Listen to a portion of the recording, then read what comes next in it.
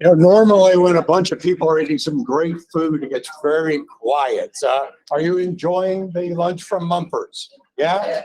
All right, great. Thank you, and we're so glad that you're attending our session today. My name is George Holden. I'm the general manager of the Victoria Advocate, and on behalf of the Victoria Advocate and the M. Roberts Digital Advertising Agency, just want to welcome you here for our session to reach a hyper-relevant audience. In reflecting on marketing back in the day when I first got started, and from year to year, it really didn't vary all that much. I mean, there were some TV stations, radio stations, maybe newspapers, maybe a new radio station came on. It was pretty easy for local marketers to develop their media plan and move forward with it.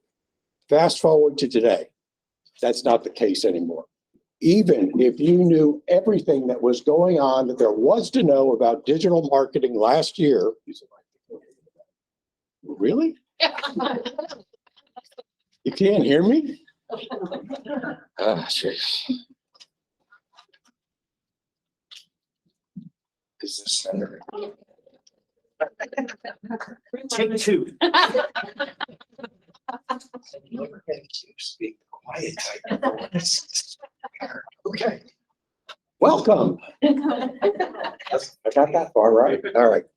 We're so glad you're here because we have a great program for you today. It is called Reach a Hyper-Relevant Audience.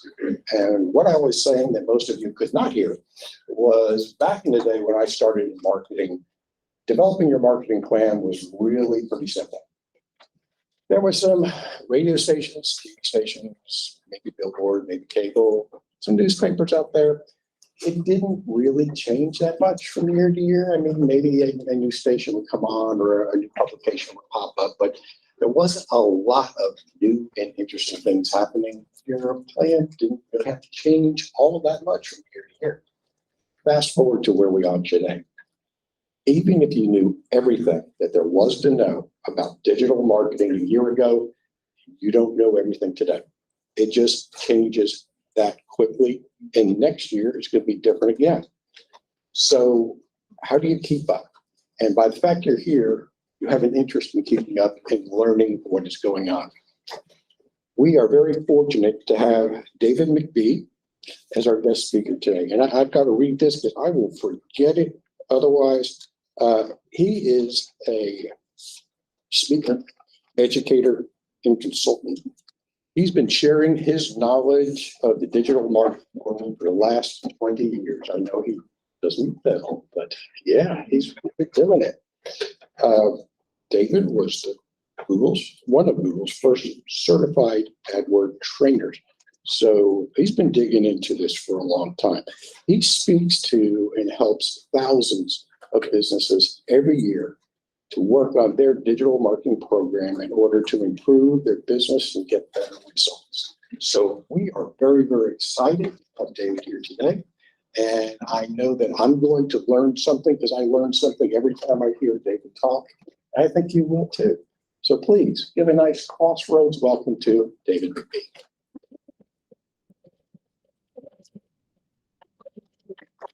You got it? Just take it with you. Don't take it in the men's room. Thank you, David. Thank you. Hello, hello. Well, I have to say, it's always weird to hear my introduction. I mean, I wrote it, but it's always weird to hear so many nice things being said about me. But you know what? It is kind of true. I've been in this digital space a long time. Like back in my day, I was selling Yellow Pages. You guys remember those? I'll bet some of you in here have never even used the Yellow Pages. You were like propped up on them as a child, but that was about your only experience. So when Google came along, or actually even before Google, all the Yellow Pages companies thought, well, we'll sell something digital, right? So I was calling business owners in the late 90s and saying, hey, I can get you on the first page of Yahoo. And they were like, what's that? And so, yeah, I never knew this would be the career path for me, but I have loved every second of it. And I've watched it change so dramatically over the years. Today, what you are going to get to hear about is the term is hyper-relevant audience. But really, what we're going to talk about are those creepy ads that know what you want. You guys know what I'm talking about?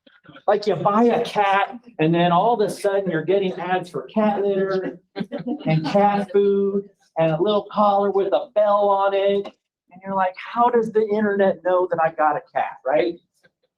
So my goal today is to help you understand that. And part of you is going to want to hear this as a consumer. You're thinking, okay, what are the ads I've seen? But I really want you to wear your business owner hat or your marketing hat and think about how we can really leverage your advertising dollars to avoid waste, because that's what those creepy ads do. If they are able to show all the cat litter ads to people who just have cats, then they don't have to waste a bunch of ads on us dog people, right? So that's really the goal of today. And when I say ads, I'm talking about ads that you see on your phone as you're surfing the web. I'm talking about ads you see on the internet before you see a video. You know how you have to sit through a few seconds of a video, right? My son was complaining about those one day, and I said, shut your mouth, they pay for this house. And I'm talking about like streaming TV ads too. Like most of the streaming TV ads you see right now are big national brands, but that's going to get localized as well. So before I jump in though, I'm just curious, who here has recently seen an ad that they thought was super relevant to their own world? Like, how did you know? In the pink, do you mind sharing what kind of ad you saw? A boutique? Yeah. And you think that was specific to you because? I search boutiques and apparel and clothing. Your online digital breadcrumbs were all about looking for clothing. Perfect example. Here's another one. Yes. Wedding decor. Wedding decor. Are you planning a wedding? Yes. Instantly. All right, this is perfect. Quick question. Are you planning a wedding? No. You're not? Are you planning a wedding? An event, but not a wedding. Are you planning a wedding? Have you seen any wedding ads? Perfect. They're getting to the exact right person. See how that works? That's brilliant. By the way, when's the wedding? New Year's Eve. Of this year. Okay, that's a good day for a wedding. Won't forget it. Anybody else got a good one?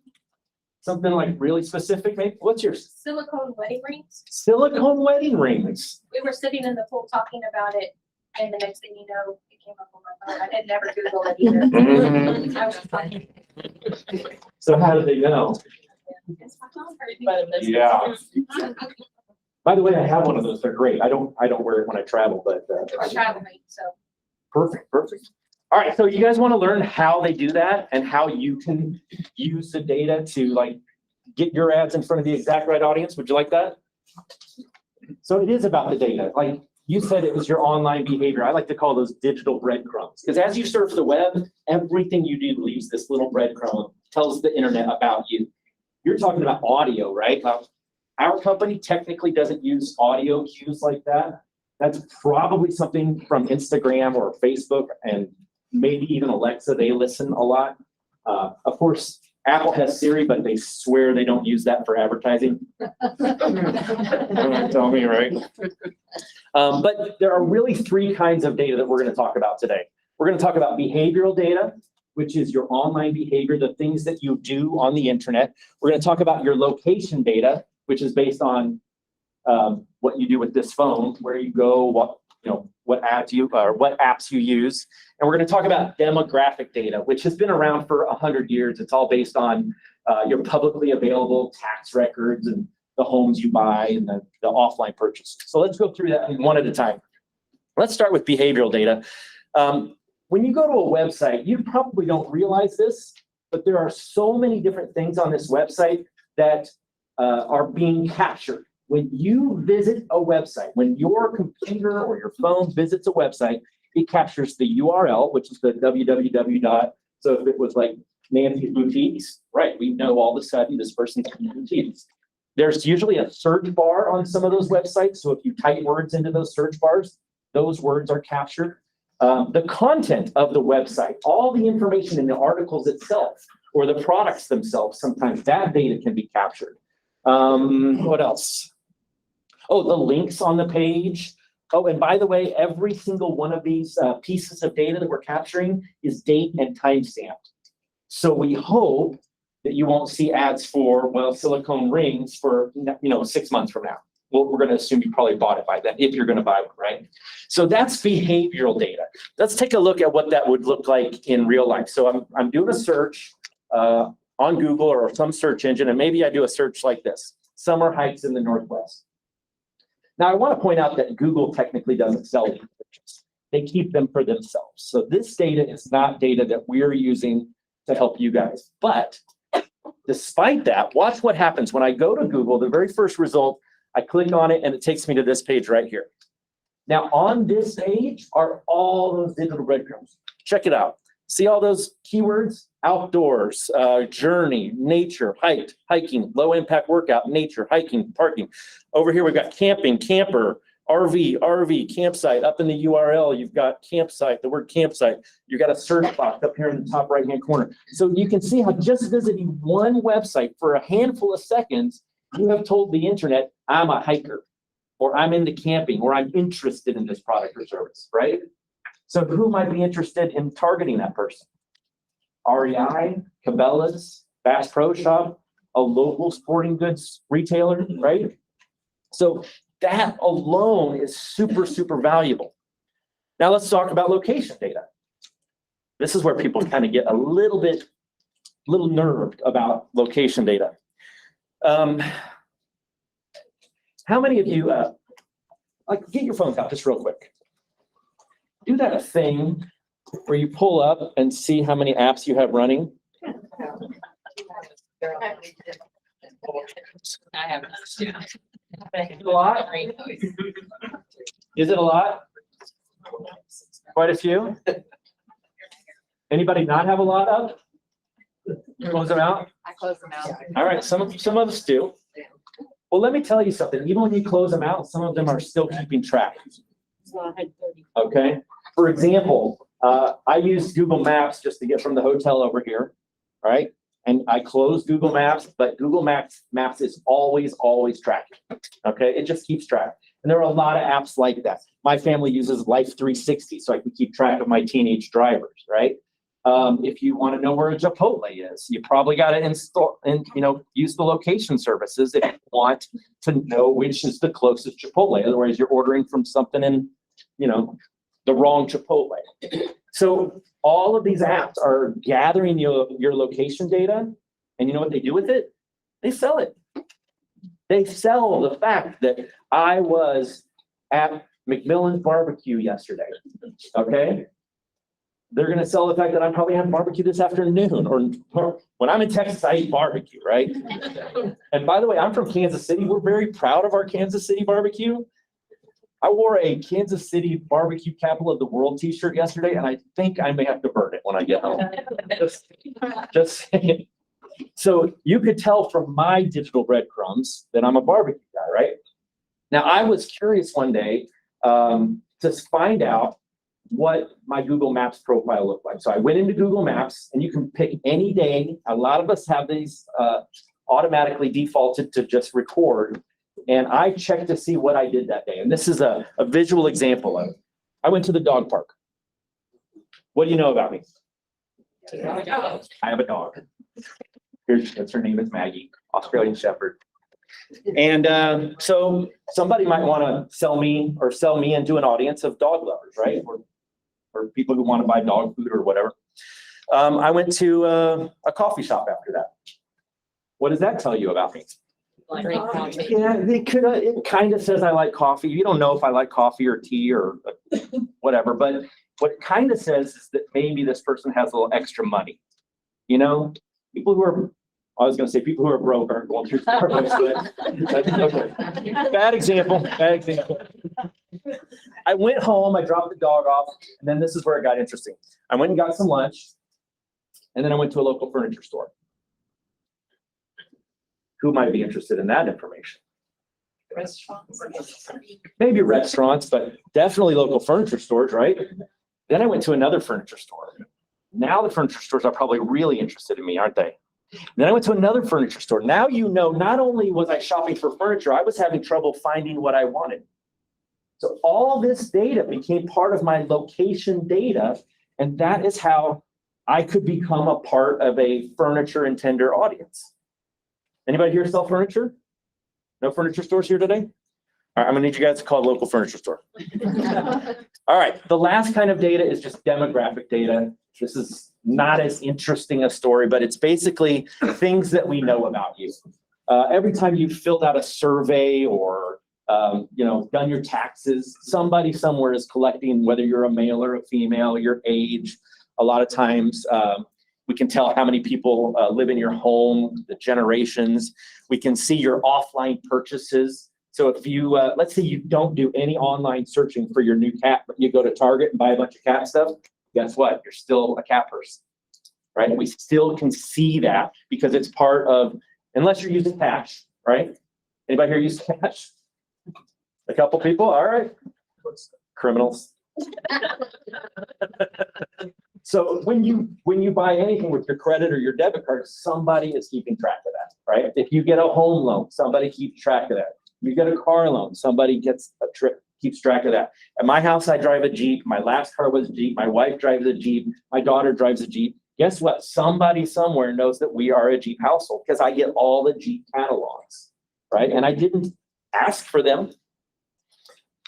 And then there's the publicly available data about where you live. So if you wanted to target people who live on a farm, or if you want to target people who live in a home or a home over $250,000, we can do that, right? So all this demographic targeting is available to you as well.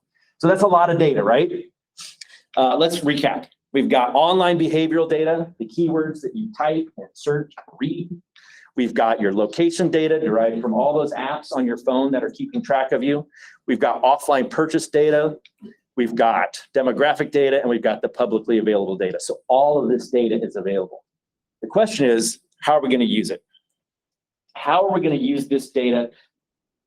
Actually, before we jump into the answer to that, I want to point out that all of these data sources that are associated with you, none of them should have your name attached to them, okay? There are a lot of laws in place that protect your PII, or your personal identifiable information. Thank you. Right. So I don't want you like flipping out, right, about this. This is all this data is tied to your address or to a device. So you're somewhat protected. There's a lot of laws trying to protect your privacy. But let's talk about the different tactics that we can use to place your ads in front of the right audience. Now, I want you to put on your business owner or marketing hat. And the first tactic is site retargeting. Site retargeting is actually quite simple. It's an older tactic. This one's been around for over a decade. When someone visits your website and then they leave, we show them your ad. That's not complicated at all, right? Who's had that happen to them? Ever shop for glasses online? Or, shoes, and then all of a sudden you're seeing ads for those same shoes? Ladies, by the way, there's a lot of ladies in this audience, and I love that. My daughter recently founded the Feminist Leaders Club at her high school, so I'm really excited to tell her that there are so many women in this audience. And women, I have some advice for you. If you really want to have a pleasant day, one of the first things you should do when you get to your computer is do a few searches for men's underwear. Then throughout the day, you'll get these little treats. So that's site retargeting, okay? Now, the reason site retargeting is so important for you as a business owner is because of this statistic right here. 97% of first-time visitors to a website will leave without taking action. So think about how hard you work to get 100 people to come to your website, and then all of a sudden only 3 of them really count. The other 97 are doing what? They go and check out your competitors. They're shopping around. They're doing all these different things. But if you hit them up with your ad later that day, the next day, a couple of days later, you can remind them that you're the one and try to get them back to your website, okay? And by the way, I'm going to show a handful of stats today. I think you should know that 86% of stats are made up. There you go. Okay. The second one is the keyword search retargeting. Okay. Keyword search retargeting is targeting people based on their online behavior. So If a person goes to the internet and searches for something, are they interested in it? Have you guys ever searched for something you didn't hear about? Yes. All right, there's always one. But most of the searches that you do are things you're interested in and things you want, right? And most of the articles that you read on the internet are things that you're interested in. So just visiting these websites shows that you're interested. Now think about all the products and services that you sell. Who would like to volunteer? Who's a business in here that would like to just play along with it? Yes, what do you do? I sell prepackaged foods, bakery, and coffee. Prepackaged foods, bakery, and coffee. All right. So it's all right. I won't pretend to assume what your client is searching for. What do you think your client might be searching for on the internet to find you? Is it just the word prepackaged foods? Are there other variables of that word? Casserole, I mean, we sell a lot of casseroles. So Okay. that's Casserole, Desserts, yeah, dessert. desserts. How about like somebody's looking for HelloFresh? They might be interested in what you do. Good, possibly. Kind of a similar nature. All right. I don't want to cook, or tips for What's for supper?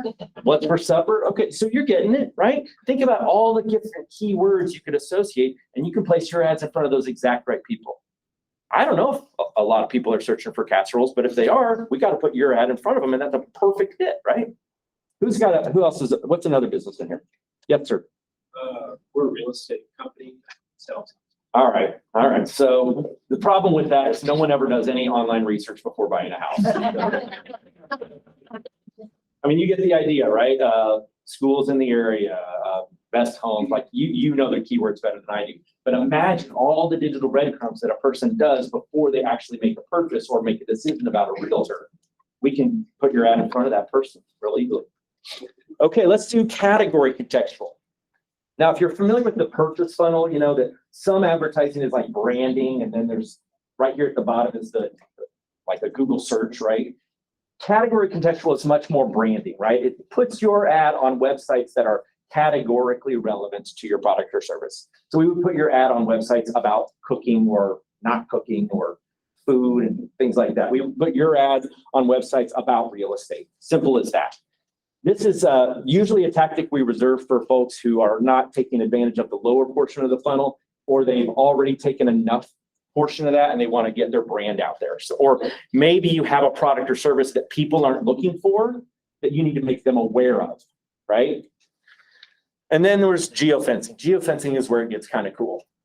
Geofencing uses the GPS data on these, right?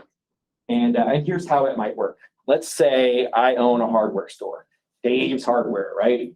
And I look around and there's nobody in my hardware store. I'm not getting enough customers, right? Do you know where my customers are? They're at Home Depot. They're at Home Depot. They don't even know about Dave's Hardware. I got better prices, better service, maybe not as good a selection. That's just a little hardware store for crying out loud, but they're at Home Depot. Where else might they be? Lowe's. They're at Lowe's. And I'm sitting over here with an empty hardware store or not enough customers, right? And I really want to get those people over to me. I want to make them aware. Now, I could go stand in the parking lot and hand out flyers for Dave's Hardware store until I got kicked off the lot, right? That's not a good plan. I could maybe buy a billboard near the Home Depot or the Lowe's, but that still kind of wouldn't really work that well, would it? So instead, what I'm going to do is I'm going to put an imaginary digital geofence using Google Maps interface around their location. And then when somebody enters that location and they've got this phone with all those apps running in the background to keep track of where they go, they'll be added to my audience. And then when they go home and they're surfing the web, they're playing Words with Friends or whatever they're doing, they're going to start seeing ads for Dave's Hardware, best prices in town, best service. Maybe they didn't have a very good experience at Lowe's. And now all of a sudden, I'm putting my ads in front of the exact right people who need to see my ads. People who are literally shopping for what I sell. We call that tactic conquesting. Now, in your head, don't everybody blurt it out, because you might be competitors. That wouldn't go over well. In your head, where would you put some geofences? And by the way, it doesn't have to be your competitor. It could be a location where you think your people hang out. Right? In Missouri, they just made weed legal, so I think that the burger places should geofence the dispensaries. I mean, it's kind of a perfect. It doesn't have to be a competitor. It can be anywhere you think your client might be. All right, that's geofencing. And then there's event targeting. Event targeting is geofencing only done at a certain date and time. It's temporal and it's spatial. So let's say you want to target people who are going to the gun show. Not this gun show, the actual, like the gun show at the convention center, okay? That might be an audience you're interested in for whatever you sell. Maybe you sell trucks, maybe you sell guns, whatever, but you think that's your target market. Well, you don't want to target that convention center for an entire month or a week or even longer than the convention is, because the next weekend is the Comic-Con, right? Very different crowd at the Comic-Con than the gun show. Maybe not. Actually, my son would be at the Comic-Con and he has so many plastic guns, like toy guns, you know. Anyway, you get the idea, right? Event targeting allows you to target an event like a football game or a baseball game or a wine festival or a local parade. And there's no limitations to where we can draw these geofences. We had a marina actually geofence a lake. He said, if they're on the lake, they either have a boat or they're swimming and they wish they had a boat. So let's geofence the lake. I thought that was kind of a perfect place for him to geofence. And then we have addressable geofencing. Addressable geofencing takes a list that you have. Maybe you have a customer database. Maybe you have a prospect list that you've purchased from a third party. It takes that list of addresses, we upload it into our system, and then we draw a geofence around every single house on the list. It looks kind of like this. Okay, and it's not a circle, it's not a square, it's literally the flat line of their address. It's very, very specific. So if you have a list of people you want to show ads to, we can upload that list. We match at about a 90% match rate, which is really, really good. In the industry, the average is 40 to 60%. But when we roll out this technology, we discovered we're matching at 90% higher. Which means if you had a list of, say, 10,000 addresses, we could put ads in about 9,000 of those homes. Pretty cool, right? Now, the problem with this is you have to have a list. If you don't have a list, what do? Well, that's where we come in with a curated list, okay? And we can create that list based on all those demographic data points that I was telling you about. So if you would like to target a list of 10,000 home addresses of a specific demographic, you can do that. And here's an example of one that I created for a swimming pool manufacturing company. All right, they sell swimming pools. And I thought, okay, well, what's their perfect target market? First of all, homeowners in a single family home. We don't want to target duplexes. They can't put in a pool. We don't want to target apartment complexes. They got a pool, right? Well, maybe they don't have a pool, but they can't buy one of mine, right? I wanted the home value to be a little higher because my pools are expensive, right? I wanted to reach a set of homes of a certain dollar amount. Value is the word. There it was. Okay. I wanted them to be on a lot that was large enough for my pool. And I wanted them to have a certain household income. And then I used a negative match. You can kind of see it there at the very bottom in red. If they already had a swimming pool, I wanted them off the list. And when I ran these numbers, it revealed 14,000 homes in the Kansas City area that fit my criteria. Not a bad list, right? Now, they may not be looking for a pool. They may not know they want a pool. They may not be doing the behavioral targeting. They may not be doing the location or visiting other pool companies. But, you know, I know that they're about to get their tax refund, and this is a great sale I've got going on, so I want to target this audience. Imagine the audience you would build. Are they homeowners? Are they apartment? Do they have a certain income? Are they empty nesters? Do they have brand new children? Whatever you're wanting to reach, we can reach. We can reach nurses. We can reach blue collar workers. We can reach farmers. We can reach women over 65 who like to quilt and smoke cigars. I'm not kidding. Those are 3 of our, now I wouldn't target that audience. Probably not very many in there, but who knows? Right? And then we have programmatic video. Programmatic video are the brief little video ads that you see before you watch a video on the internet. You probably have experienced these on YouTube, or maybe when you go to your local, so anywhere you go to watch videos online, there's probably ads associated with them, right? If you have an ad, that's something that we can upload and put in there. If you don't, we can help you build one, right?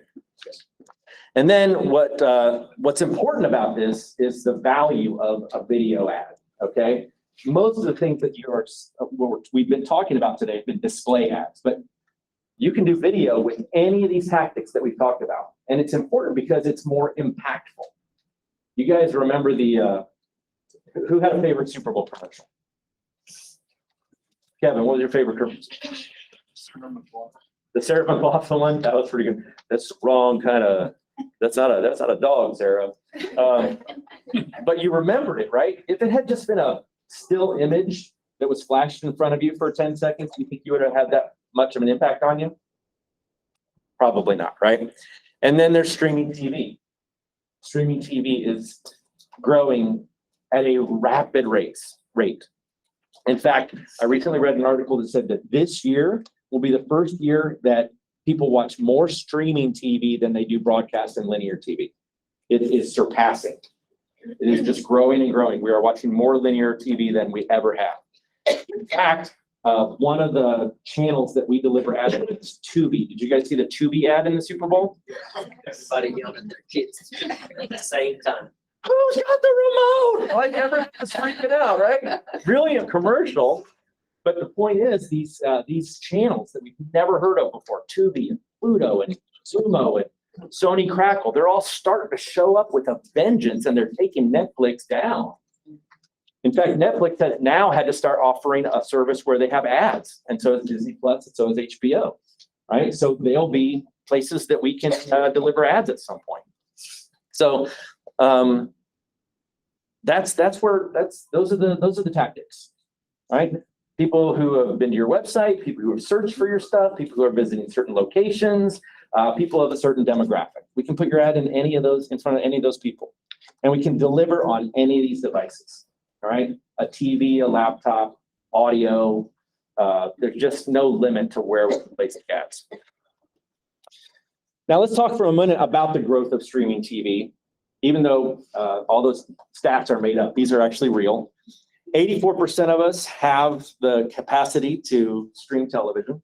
Just by a show of hand in this room, who here has streaming TV? Please, everybody participate if you wouldn't mind. All right, so that's about 8 and 10, okay.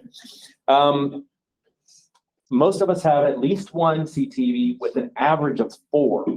Anybody got more than 4 CTVs? Come on, flags, how many you got? 6? Can anybody beat 6? 5? I mean, we have all these opportunities to reach people because they have a bunch of these CTVs in their homes. The average person will spend over 3 hours a day watching streaming TV in 2023. It's technically like 3 hours and 14 minutes. And then this is a great stat that I saw, because so many people think that CTV viewers are not valuable. CTV viewers mirror the buying power of the American consumer, with 42% of households earning more than $75K, and 4 out of 5 CTV viewers are watching the ad-supported content. So a good chunk of wealthy Americans are watching streaming TV, and they're watching the streaming TV that has commercials. What about age? A lot of people think that it's the young people watching streaming TV. I love this one. This is from the president of Tubi. He said, AVOD, that stands for ad-supported video on demand services, adoption was led by the young, but now the mature, educated, and affluent audiences are catching up. Our fastest growing segments are those college educated and 100,000 households. Yay. That's who you want to reach, right? They're watching streaming TV. The other cool thing about streaming TV and any of these ads that we're talking about is the geographic ability to target. Let's say that you are on the south side of town and you want to reach, I'm sorry, I went too far.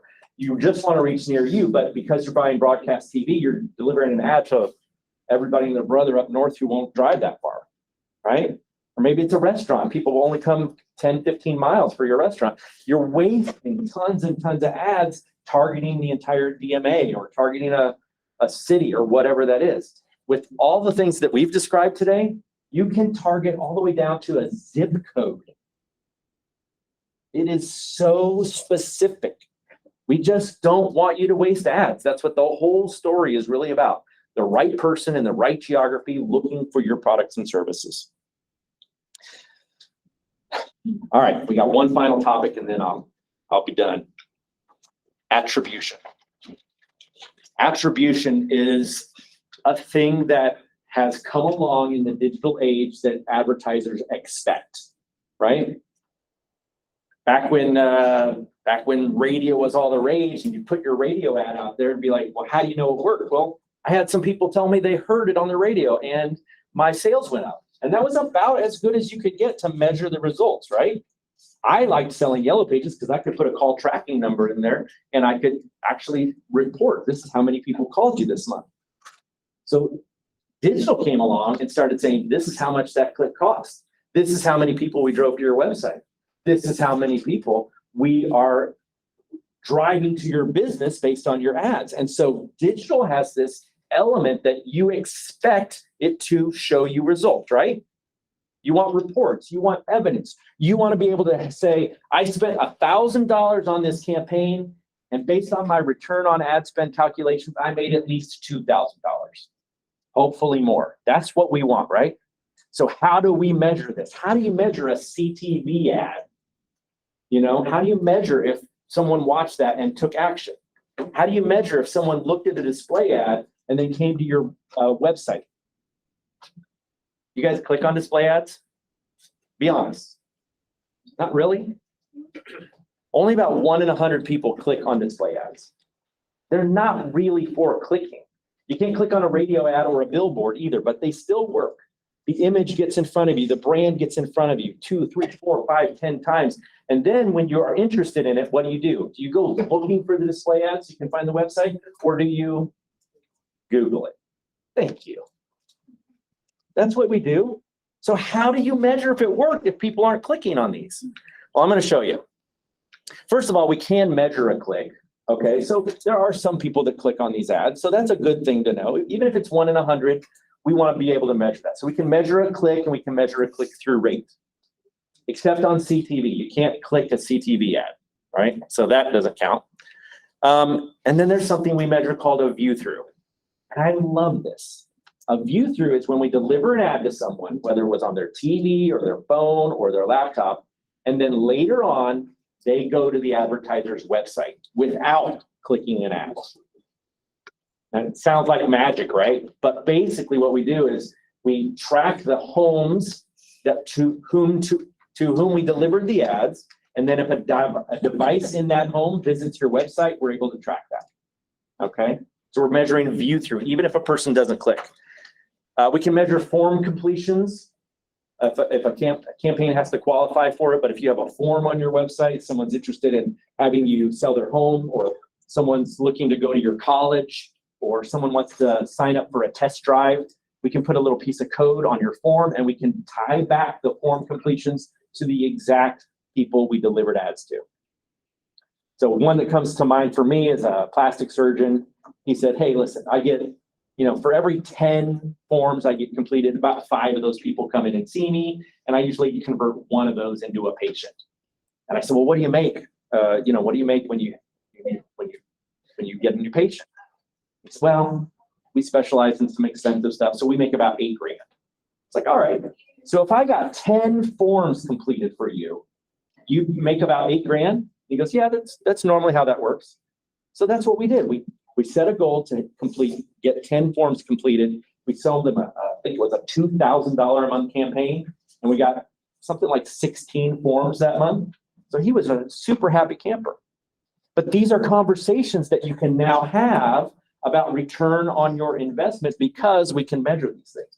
And if you have e-commerce, we can measure your shopping cart. We can actually we can measure exactly how much money people spent based on the ad campaign.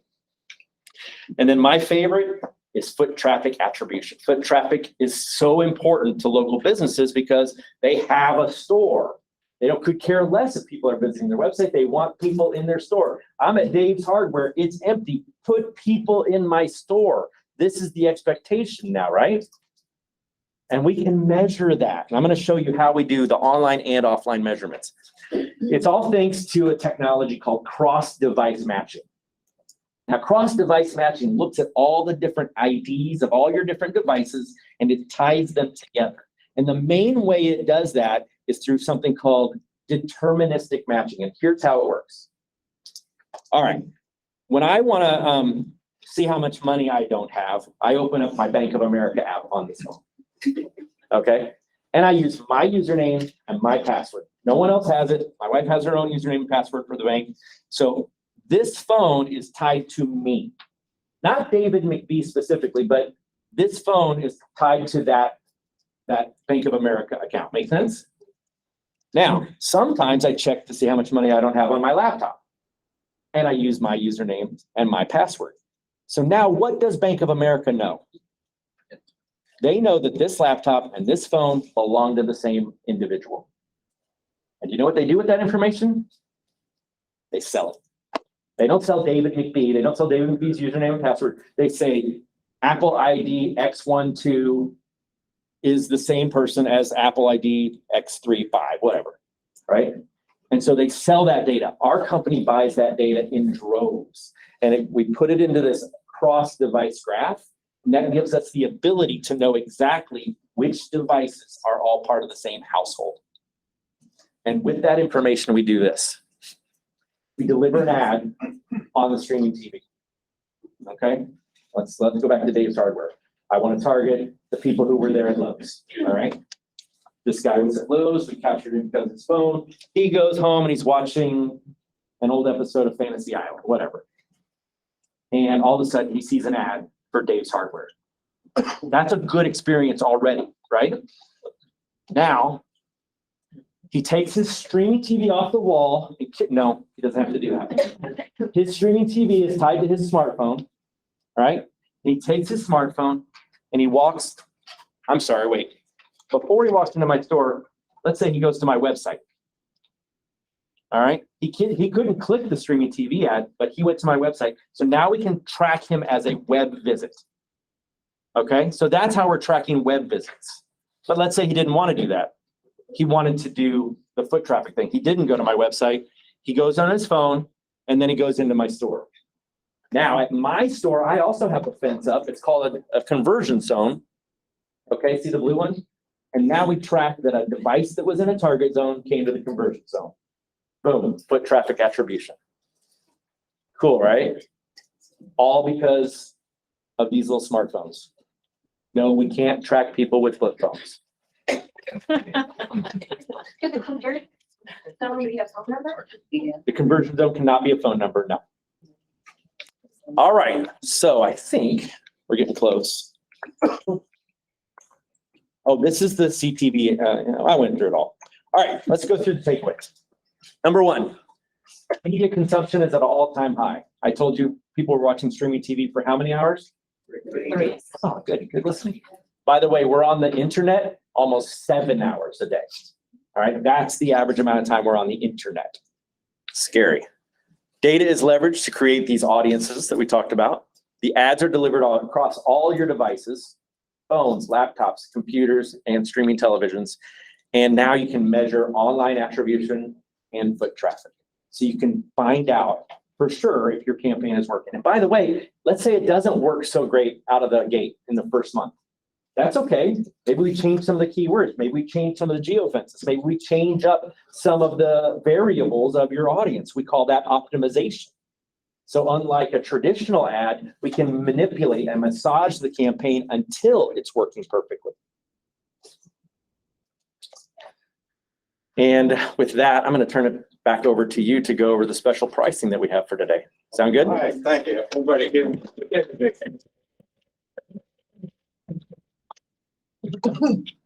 appreciate it. I'm going to stay up here for Q&A when you're done.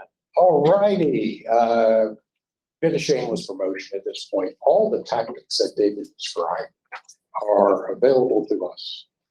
Behind you on the screen are the special prices. Sorry.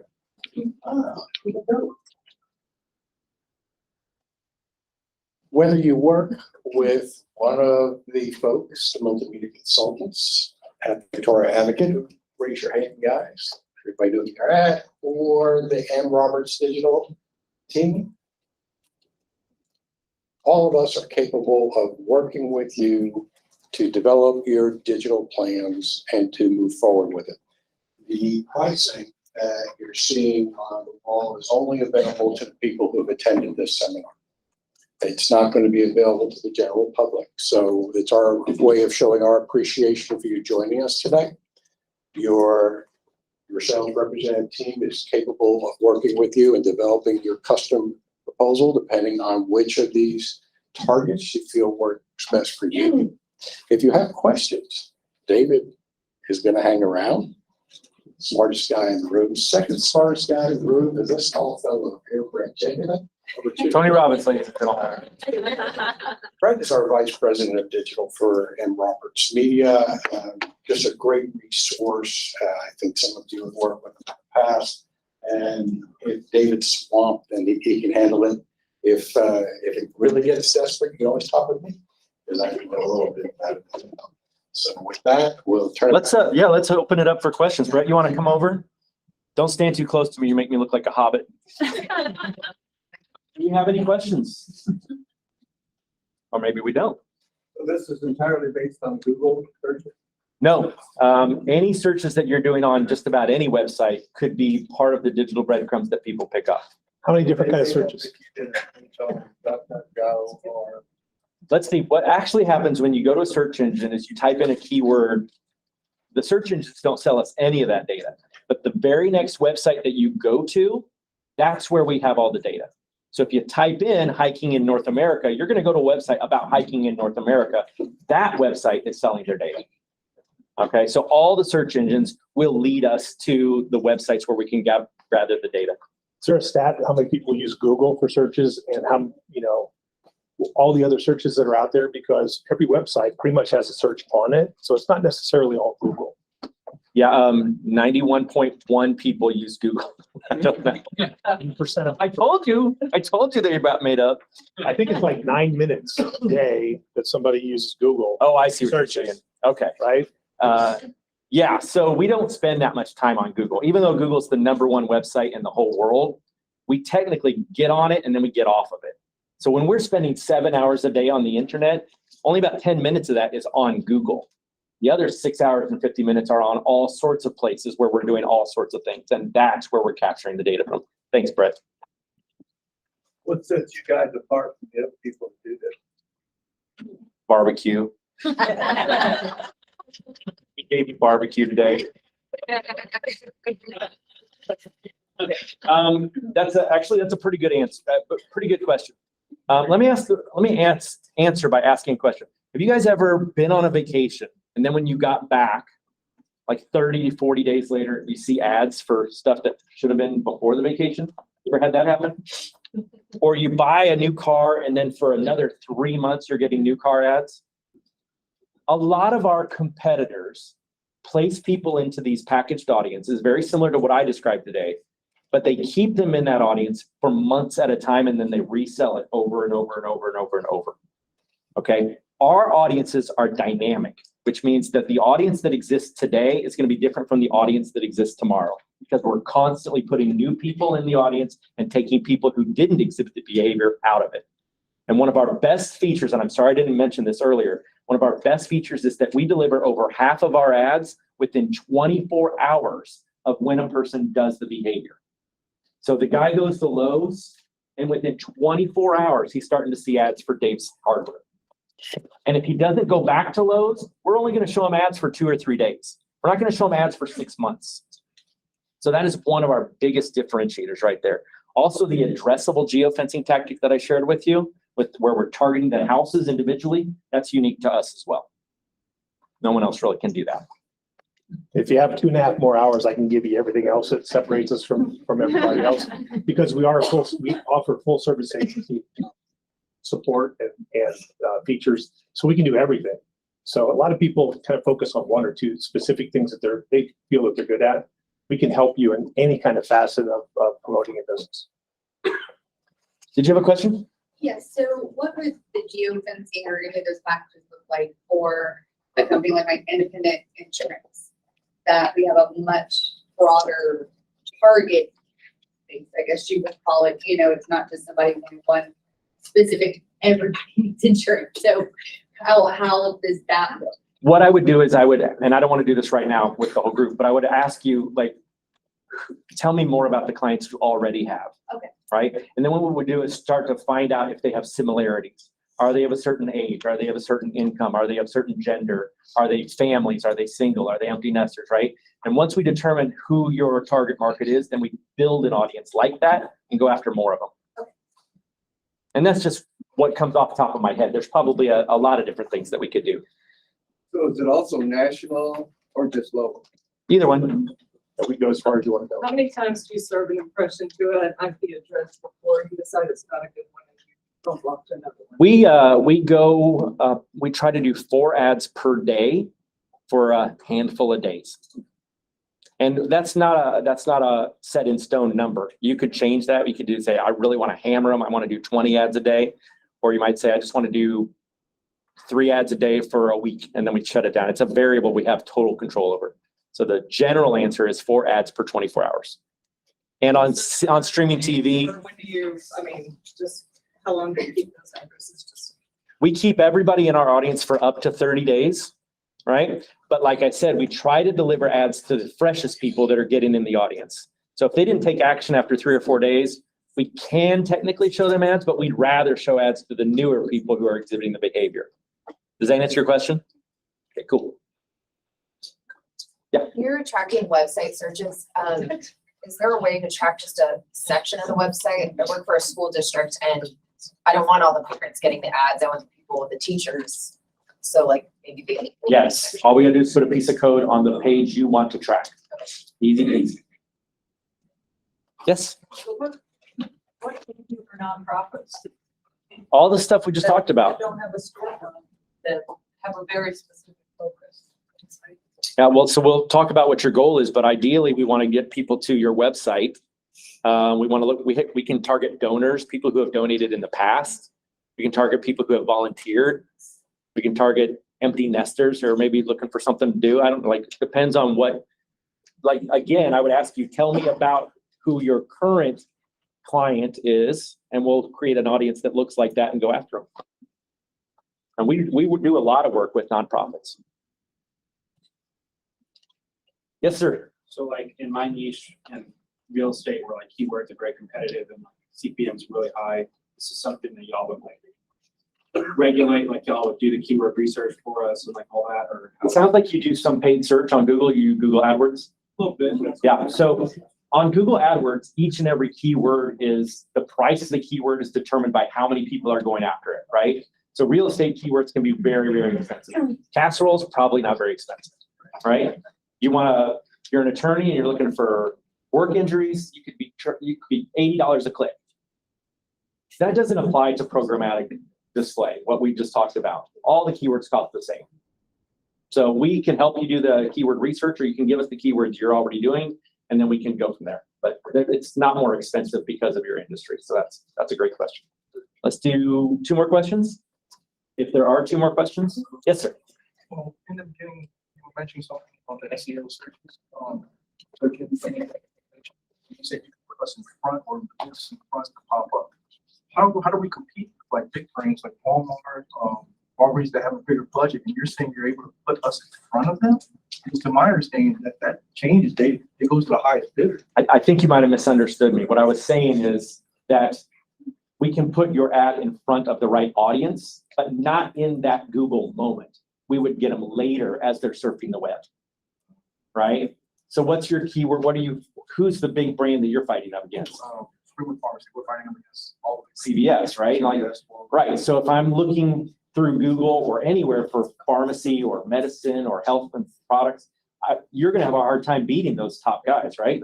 But after I leave that website and I go read about a Jeep trail, your ad could appear on that website right there. And now you're hitting the exact same audience that looked for your product and services on Google, but you're hitting them at a later time. Sounds like we might need to dive into that a little more that afterwards. One more? One more? No more? Perfect. All right. How was the barbecue?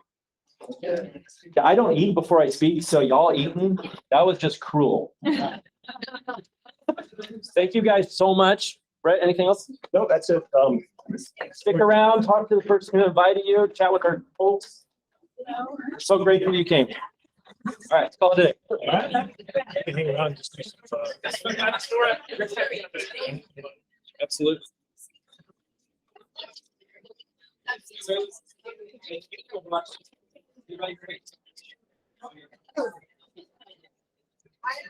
Good job, David.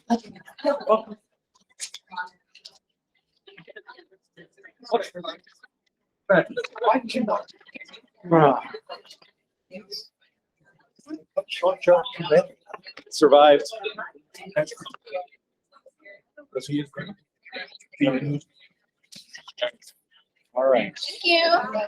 Thank you.